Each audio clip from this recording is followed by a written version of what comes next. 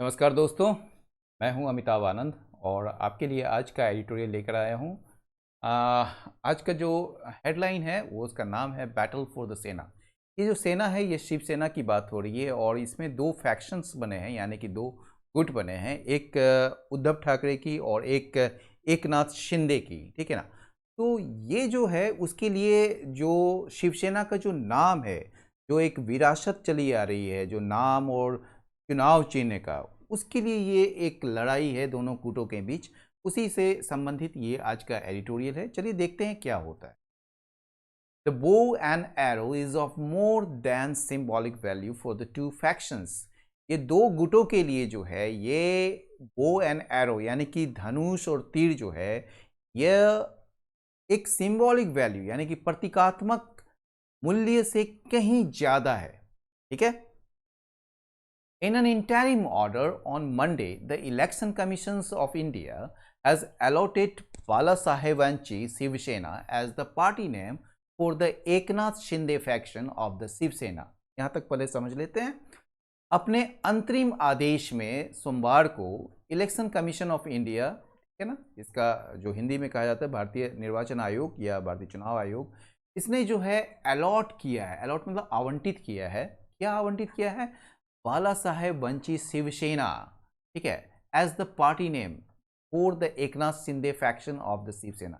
यानी कि शिवसेना का जो एकनाथ शिंदे गुट है उसके लिए पार्टी नाम के रूप में बाला साहेब वंची शिवसेना को आवंटित किया है इलेक्शन कमीशन ऑफ इंडिया ने अपने अंतरिम आदेश में।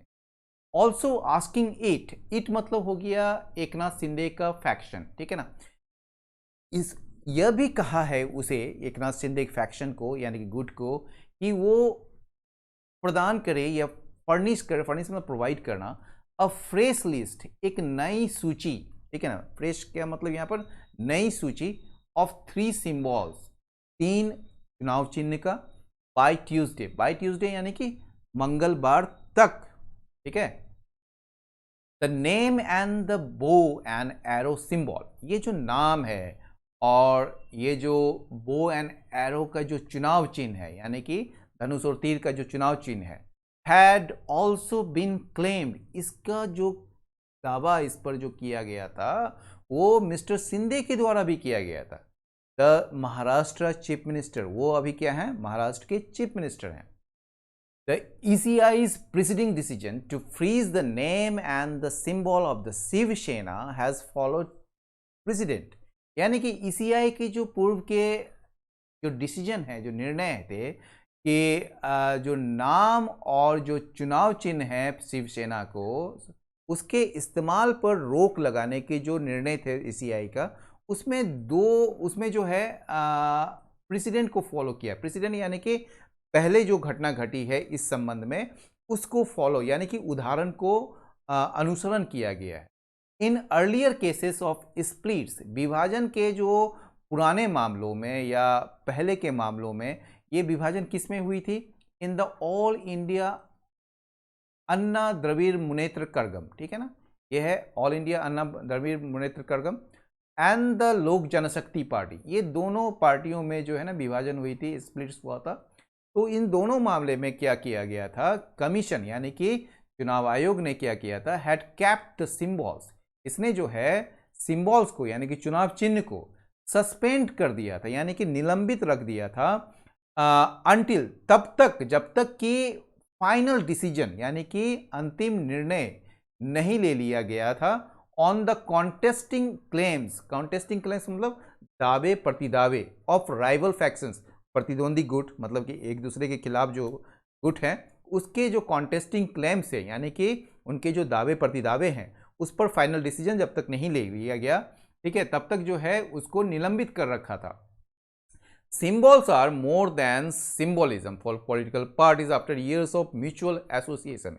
ये जो सालों के जो आपसी जुड़ाव के बाद जो पॉलिटिकल पार्टीज होते हैं ना, जो राजनीतिक दल होते हैं, उनके लिए सिंबोलिज्म से कहीं ज़्यादा सिंबल्स होते हैं यानी कि एक प्रतीकात्मक बात जो है, प्रतीकवाद जो होता है ना, उससे कहीं ज़्यादा जो है ना चुनाव चिन्ह का मायने रहता है।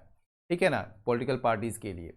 इन सम केसेस, कुछ मामलों में तो क्या है, सिंबल्स में even carry some political meaning. Symbols का जो है राजनीतिक अर्थ छिपे होते हैं सिंबल्स में, यानी कि चुनाव चिन्ह में, as in the case of Rashtriya Janata Dal lantern and the Samajwadi party's bicycle.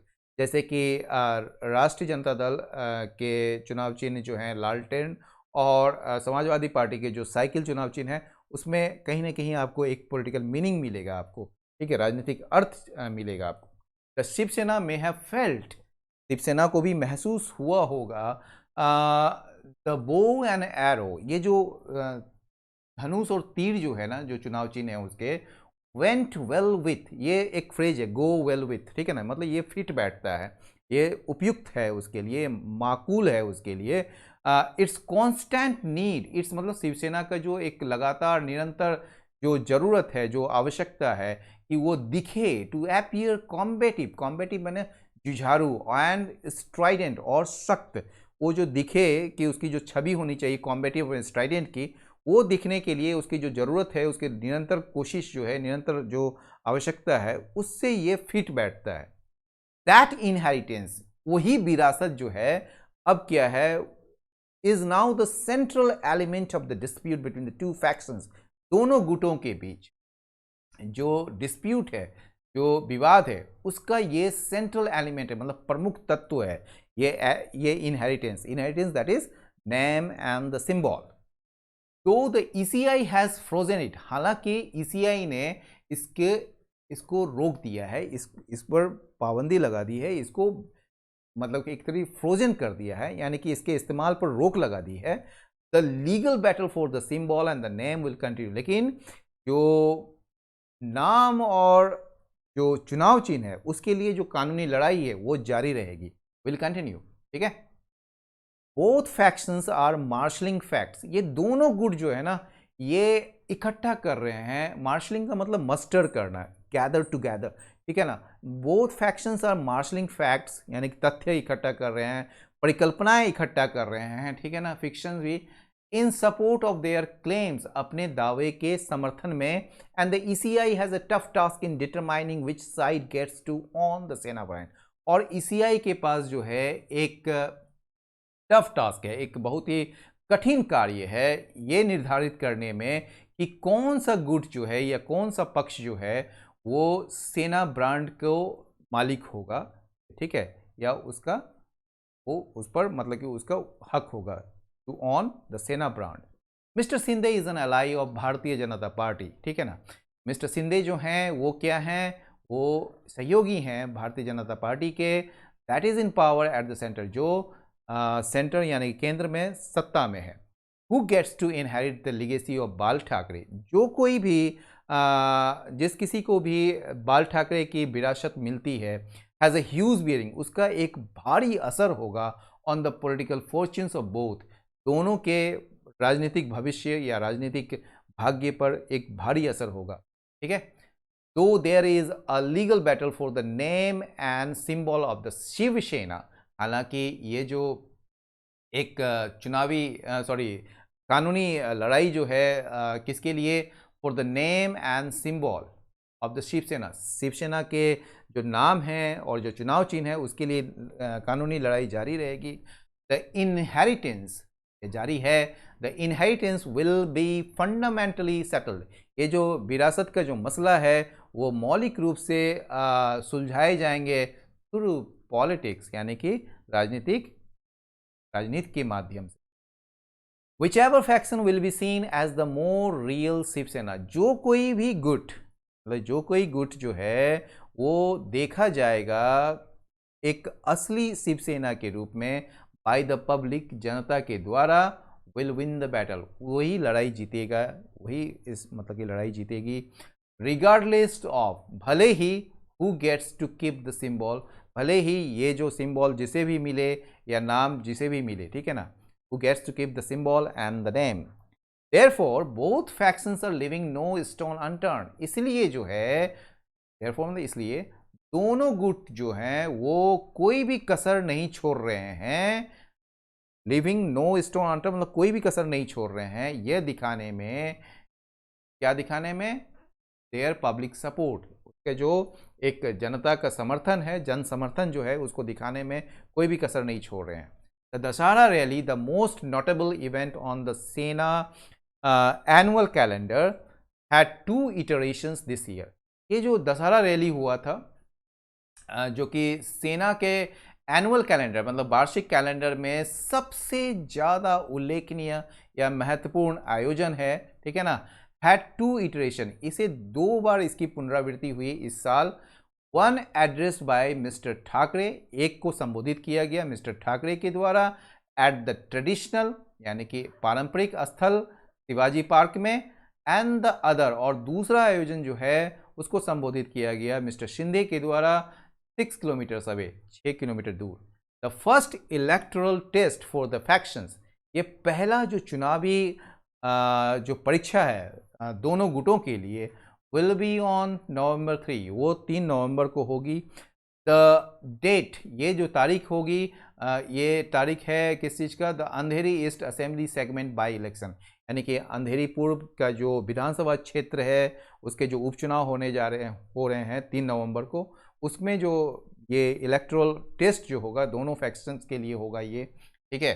The Thackeray faction will be facing off with the BJP candidate, ये जो ठाकरे गुट जो है उनका मुकाबला जो होगा किससे होगा, बीजेपी के उम्मीदवार से होगा जिसको समर्थन दिया जा रहा है शिंदे गुट के द्वारा, ठीक है ना।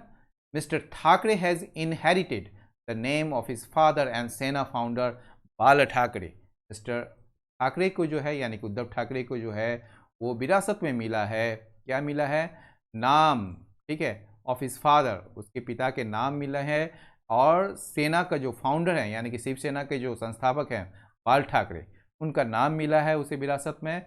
लेकिन उनकी जो शैली है, स्टाइल है, और उनका जो स्वभाव है, may be a bit too modest, वो कहीं ज़्यादा नरम है फॉर द पार्टीज रेपुटेशन, जैसा कि पार्टी का जो रेपुटेशन है गर्म मिजाज का, एक गर्म दल होने का, वो रेपुटेशन से बिल्कुल मेल नहीं खाता, वो नरम स्वभाव के हैं।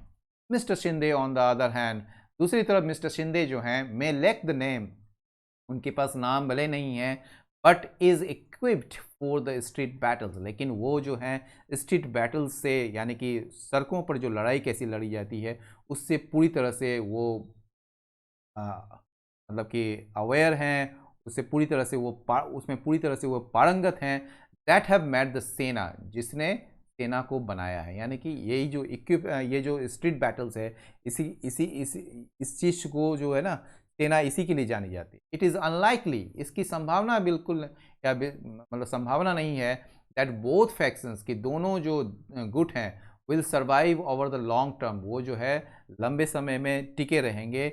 The symbol might not be enough to decide the winner, ये जो सिम्बॉल है ये चुनाव चिन्ह, ये भले जो है ये पर्याप्त नहीं हो सकता है कि वो विजेता को डिसाइड करे, निर्णय निर्धारित करे, but it will have more than a symbolic value, लेकिन इसका जो है एक सिम्बॉलिक वैल्यू से कहीं ज़्यादा महत्व होगा फॉर द फैक्शंस, उस गुट के लिए जो अभी भी डटे हुए रहेंगे आफ्टर द स्लग फेस्ट, यानी कि कीचड़ जो उछाले जाएंगे, स्लग फेस्ट मतलब कीचड़ उछालना, एक दूसरे पर जो है आरोप प्रत्यारोप लगाना, ठीक है, वो स्लग फेस्ट जो है एक कीचड़ उछालने का जो काम होगा, उसके बाद जो फैक्शन अडिग रहेंगे, जो फैक्शन टिके रहेंगे, ठीक है, उसके लिए ये जो है सिंबॉलिक वैल्यू से कहीं ज़्यादा होगा। दोस्तों आज का एडिटोरियल यहीं समाप्त करता हूँ, आप अपनी राय अवश्य दें, कैसा लगा ज़रूर लिखें।